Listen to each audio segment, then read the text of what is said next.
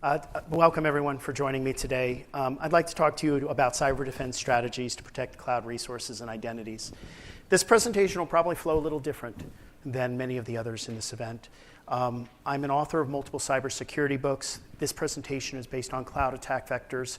We're going to talk about that a little bit later, but really I want to give you a CISO's position into this type of work. From an agenda standpoint, I'm going to tell you a little bit about myself and why I write, why I create books to help other companies, other organizations, basically field modern challenges. We're going to talk about the cloud. Very generic definition of the cloud, because if I ask anybody in this room what their definition of the cloud is, I'm sure it's going to be different than the peer sitting next to you or to me. We all use the cloud in different ways, and that's where we kind of run into some very interesting problems in protecting the cloud, and most importantly, the identities that run on the cloud. This leads us into security challenges, strategic challenges, and business decisions and technology decisions that you're going to have to make, one with educating your team, but educating the business. Some key takeaways, mitigation strategies, and then just briefly who BeyondTrust is as a company. Now for starters, I've been doing cybersecurity for over 20 years. I'm a founding member of Transparency in Cyber.org, executive board member of IDSA. Please visit them downstairs if you're not familiar with who they are. And I regularly write for Forbes, Secure World, and a wide variety of other periodicals, as well as have 4 books under the Attack Vector series, 5 editions total, working on the 6th, as well as a contributing author to the Great Power Competition on how to protect ICS and OT technologies. Some people ask why you write. It's a passion for me. Some people exercise to get out frustration, my head races, and I find ways of just putting it in paper and refining it, and then try to create books based on what I see as a CSO, to help you and also help myself, because many times when you express what you're feeling or what you're seeing, putting it on paper is a good way of getting that out. So I write. Now, to get things started, I want to talk about current events. You've all seen these, right? Some of these you may not be familiar with, some may be a year plus old, but what is it about the current events, the cloud and identities today that is most important? It's that you only see your company name, another company name, or something else in the news and front page if the attack itself is something new. Many of these attacks were second, third, fourth page news because it's become so commonplace. We've become so complacent to the attack vectors that are out there. How many are familiar with what happened about a month ago in San Bernardino Police Department? 1, maybe? All right, that's huge. That is a huge identity-based theft problem that never hit anything besides second-page news. Why? Because you had a police department go against the FBI recommendation and not pay ransom because every police car was compromised with ransomware through identity theft. Rather scary. That should have been front-page news, and in fact, 5-6 years ago, probably would have been front-page news. But we've all gotten used to seeing this every day. We're all understanding that an attack can occur everywhere. I'm saying things that you all have heard all the time, but the current events are numbing. There's nothing different that happened yesterday to today unless the attack vector is brand new. So we then ask ourselves about the cloud. This is where we're going. This is strategically where we think our businesses should be to operate better, more efficiently, save money, all of the reasons why identities are so important in the cloud for management. And we come up with a very short list of things that are showing up repeatedly in the news. Phishing attacks, for example. Everyone knows what a phishing attack is, right? Email, voice, texting, right? What about voice AI? Anybody running into that? I recently spoke in Dubai about 6 weeks ago, and one of the biggest problems that they have with phishing is voice AI phishing. And this is a common problem for the banking system out there because they chose to deploy years ago the technology that says, please say your PIN code, your passcode, and I say the word Hobbit, and it recognizes my voice, and it authenticates me that way. Well, voice AI has become that good that you can spoof that. And then the threat actors will trick you into basically going to a website or using your common word to get in. Now, this is all done possible, or all these attacks are possible because of the cloud. And what their ultimate goal is some form of privileges, some form of rights and permissions to extract funds on the consumer level, or to infiltrate the business. LastPass is a good example of how engineers can get in trouble and basically have their own machines owned to gain access into the back end of the system. And I would assume everyone here knows about the identity problems with LastPass, right? Okay. So then we have the traditional problems in the cloud. Configuration, vulnerabilities, default settings, hardening, the notorious supply chain attacks, right? A whole unknown problem that we haven't even really worked on yet. And of course, insider threats. This is what we're seeing in the news. Now, these are real. These are ones that I've collected over a few month time period. These were all text messages as phishing that came into me as a CSO. As a CSO, I'm responsible for protecting my infrastructure, my on-premise environment, my cloud environment, my SaaS products. That is my role at BeyondTrust. But when I start getting text messages like these, people trying to phish me for money, some trying to phish me for work, I wonder what could possibly happen if I fell for one. What kind of damage could happen? But more importantly, all of these attack vectors from phishing are enabled because of the cloud. The cloud is the vehicle to be able to send text phishing attacks like this. Now, I will tell you in truth and honesty, people fall for these all the time. I have an employee that goes, oh, I am expecting that package from UPS and it says it's delayed. Click here to log in. And just timing was right and their phone was owned. If you use text messaging for any formal communications, things like SMS, bad idea, but for escalations of an incident or anything else, you really should consider that this vehicle as an attack vector is one of the easiest ways for threat actors to start getting a hold of your environment, leveraging the cloud. But when we back up from that, we're still talking about phishing.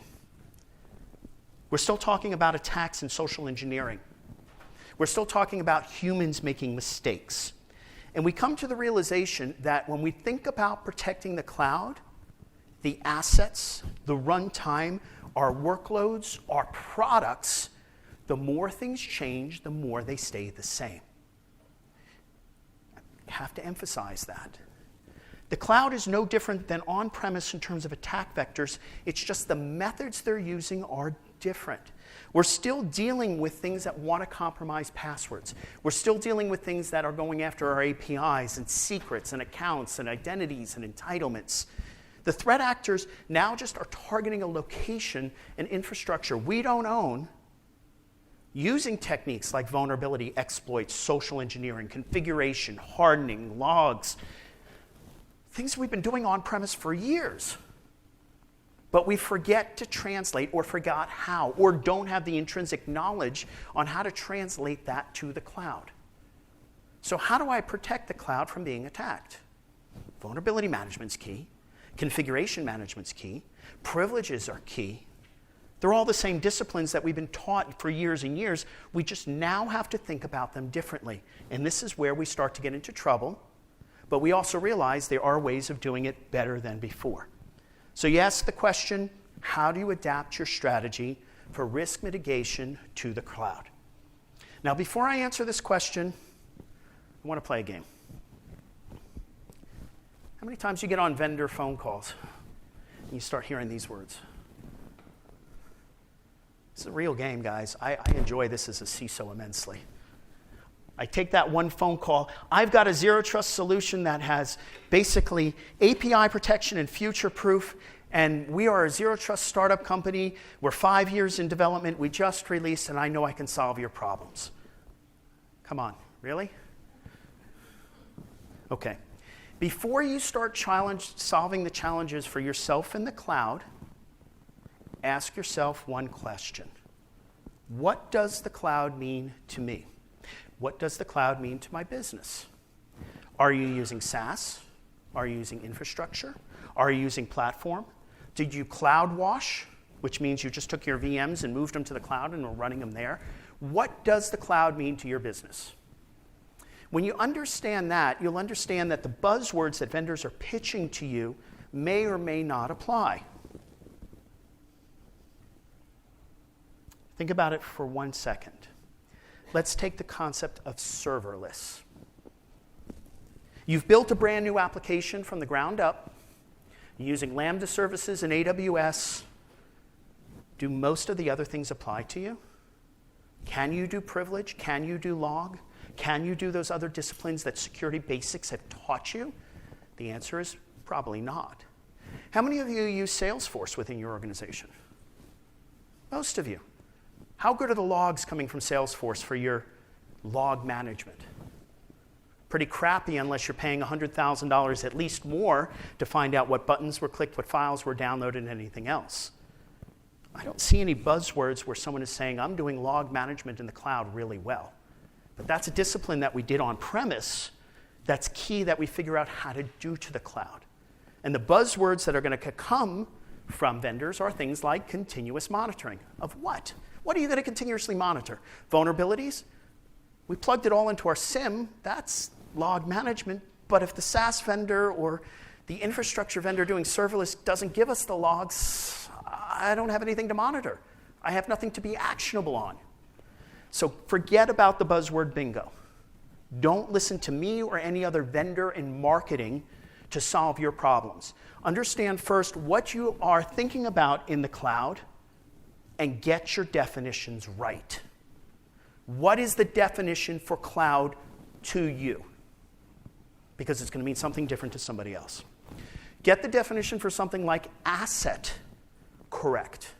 What's an asset in the cloud? Is it a virtual machine? Is it CPU memory? Well, wait, I thought someone called that a resource. Wait, one vendor calls CPU and memory resource, the other vendor calls it asset, but they're both cloud providers. What does it mean to you? We have conflicting terminology out there when talking about the cloud that really muddies the water. Availability is one of the biggest ones. Doesn't matter if you're 5 nines or 4 nines. Can you even achieve that in protecting the cloud?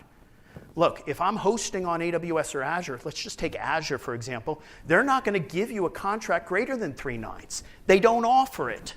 So how can you offer a service at 4 nines unless you've engineered something to go cloud to cloud or fail over dynamically? You have to have your definitions right. Okay, so we're talking about a couple of topics here. We know we need to go back to basics. We have to avoid vendors just selling us something for the shiny new object. And we have to understand what the definitions are with regards to our business. So next, let's think about the cloud regarding. Why do we go to the cloud? What is its biggest benefit? Anybody care to shout out? Time to delivery. Okay? Agile development, scrums, 2-week scrum cycles, post the code out. I got a new version, and hopefully it doesn't break like my Microsoft Outlook application on a regular basis. True? Right? I love Teams output push last week. I had 8 a.m., 9 a.m., and then 10 p.m. and 11 p.m. on my calendar in Teams. Well, they fixed it in this push. There's no reason for things like that. Time to delivery is key, but we trade some of that off for potential bugs. Might also be we don't have to run a data center anymore. I might be able to deliver in foreign geolocations. But there are places that the benefits in the cloud are not truly recognizable about the business. How many of you have data retention? 7 years plus. A couple of you. Have you ever tried storing that data in the cloud? How much it costs you? Okay. I live in Florida. State law, government agencies have a 7-year data retention. That does not go in the cloud. That's terabytes upon terabytes of log and data information that to store in the cloud dormant would cost the state tremendously. So with the definitions, with our security basics, first measure what the benefits of the cloud are for you. What improvement will you be getting, like delivery, like not having to buy a new server, or anything else? Oh my gosh, I've got to run these old VMs, and VMware ESIX in the cloud is kind of a scary thing in itself, but you know what? I won't have to hunt down that MFM or RLL drive ever again. If you're in power generation or OT, you'll know what I'm talking about. Next is don't repeat the mistakes of the past. If you go back and talk to your peers, some people that have been in the business for a while, or even your own experiences, what are some of the biggest mistakes you ever made? Vulnerability management with the same username and password scanning every system across the enterprise, and SSH must be enabled with the same username and password. Don't make the same mistakes as the past. That's how we did vulnerability scanning on premise 15 years ago, right? Every system that we needed to scan had a domain account or a local account with scanner XYZ, and here was the password with root permissions or admin permissions so the scanner worked correctly. That worked kind of well for the technology 15 years ago. That does not translate to the cloud. Vulnerability management translates, and translates incredibly well, but not the way we used to do it. And that's the key message for this presentation. Remember your security disciplines, but just think of a new way to do it that is in tune with the way you are using the cloud. And that's for vulnerability, configuration, patch, attack, automated response. They all got to be different. Next is scanning versus agents versus APIs. This one's near and dear to me. Do you ever scan your cloud? I ask why. You may scan your forward-facing assets, things like BitSite and Security Scorecard are doing that all the time to give your organization a rating, A, B, C, D, E, F, etc. That's good, but that's forward-facing and that's legal. But you really should never be using anything that scans and discovers in the cloud as a IP addressable scanner. It's just a bad idea. If anybody can tell me why it's a good idea, I'd love to hear it. Putting agents out there can even be harder because you don't know necessarily how you're going to aggregate all the log data, supported operating systems, updates, all of that mess. We've already learned that mistake from having tens of thousands of agents on-premise for end users for years. APIs are the way that you do it in the cloud. Vulnerability scanning, configuration scanning, attack monitoring, programmatic methods of using APIs to inspect into a virtual machine or runtime or performance are the right way to do it for the cloud. That then suggests we need new technology to do our old security disciplines using APIs. And then we start scratching our head and go, what is that called? And I'll get to that in a moment. The most important things that you can do in the cloud, one, asset management, physical, virtual. Think of it as traditional asset. Don't get fooled or misleaded that CPU is an asset. That's a resource. That's back to the definitions piece. Something that's running tangibly, electronically, that you can quantify with a name, process, workflow, gateway, something that you can actually put in a flow chart. That's the easiest way to think about an asset. The identities that have access in the cloud.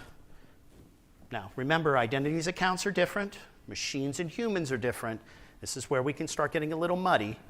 But we also now have to start thinking about identities for generative AI, ChatGPT, blah, blah, blah, because they have a whole different role in identity management to protect in the cloud. And then we have the problem of privileges. What does privilege mean to the cloud? It's not root and admin anymore. It's actually called entitlements. Wait, a whole new definition. An entitlement is a combination of a privilege, a right, and a permission, all bundled together with a description and definition. I have the right to create a virtual machine. That doesn't make me root or an admin. It is an entitlement to create a virtual machine with the privileges, rights, and permissions to do so, and therefore represents X type of risk. And that's what you have to learn. What are the risks that identities and their account relationships have with their associated entitlements that can be abused by an insider or leveraged by a threat actor? Now, I will say this once. I don't do vulnerability and patch as a vendor, but I will tell you vulnerability and patch in the cloud have to operate perfectly. You have to have reliable risk information based on vulnerabilities and patch them accordingly, especially with an SLA. But there is a rub on this. Do your SaaS for vendors report vulnerabilities? No, they don't. Most of the time, you'll never even see a CVE. They just push it out to all of their tenants as soon as they patch it. It becomes a part of their Scrum cycle, and you're lucky if we'll see a SaaS vendor with a CVE published. Lucky. Maybe you'll see something in the release notes. So this breaks our model. How can I document the risk in something that I'm using if no one's even going to report on it? It's because no one has pushed or mandated what we've been doing for years, coming from MITRE in terms of CVEs, to documenting the risks in a cloud. We've now left it up to the vendor to do it on their best behavior. That means that anything you're running has got to be perfect so it's not exposed for too long. Finally, remember the most important golden rule: you don't own it. It's not your infrastructure. You can't walk into the raised floor, open the door, pull the cable out, or smash a drive. When you decommission something in the cloud, you have to make sure it's properly destroyed. Just because you hit a delete on a VM doesn't mean it's gone, especially if it had sensitive information. You have to verify that anything that you're doing in the cloud meets the requirements that you had on premise. It's not your infrastructure. Whether that's data deletion, whether that's power requirements, cooling requirements, green, doesn't matter. It's not yours anymore. You're just leasing it, renting it, buying it. And ultimately, doesn't matter what contract you sign, if you show up on the front page of one of those newspapers, they're going to be looking at you. It doesn't matter how many times you point your finger. The accountability is us. Doesn't matter that I run on AWS and Azure. It's me. I'm the accountable person. I'm the vendor of record. Doesn't matter about the cloud. So now we figure out how to mitigate and best practices. How many of you have buying decisions that you work on a regular basis? Many of you? Okay. Do you say, I'm going to get the shiny new object to do privileges, vulnerability, asset management, configuration, or log? Or do I go back to my security best practices and implement them? Or at least define them first and then find the tool? Because if you're listening to a vendor that says, I've got that shiny new buzzword bingo widget and it will solve your problem, you'll make the mistake. Go to your cybersecurity basics. Think about mitigating risks with these disciplines. We now know the definition of entitlements. We know about vulnerabilities. We know how to patch. We know about hardening. These are the core ones that we have to think about in protecting the cloud, which we didn't necessarily worry about when we were on premise. For example, crypto mining protection. Sounds kind of like, yeah, I've heard about it. Does it really? It does matter. There have been plenty of cases where servers have been compromised in the cloud doing low and slow crawl crypto for someone else, costing you money, let alone the data privacy concerns and everything else. These are the basics that you have to think about, including traditional ones like ransomware mitigation. Okay, we have the basics in mind. We know we're not going to fall for the definitions. We have to worry about simple things like social engineering that could affect us everywhere. And now we have to go look for that shiny new object. Now, the analyst community has pulled a fast one on every single one of us. And I've done this presentation at Gartner. I've done it at Cupping Cole. Every time I hit this slide, I see the analyst in the background shake his head at me like, I can't believe you're calling me out. Every one of these new product lines, from CNAP to cloud workload protection platforms to cloud security posture management, maps back to the security basics that we've learned over the years. Many of these are vulnerability. Many of these are attack. Many of these are log. But they gave it a brand new name. Why? Because I got to help their vendors sell something. Don't make that mistake in your company. Go back to your basics. Find the technologies that map to you. Some of your existing vendors may do it very well. If you've just done that lift and shift, many of the technologies that you already have in place may work just as well. But if you're going all new or migrating or building something or gone fully SaaS, then you might have to consider many of these new technologies, or your existing vendors may have them. But one thing is important about every one of them.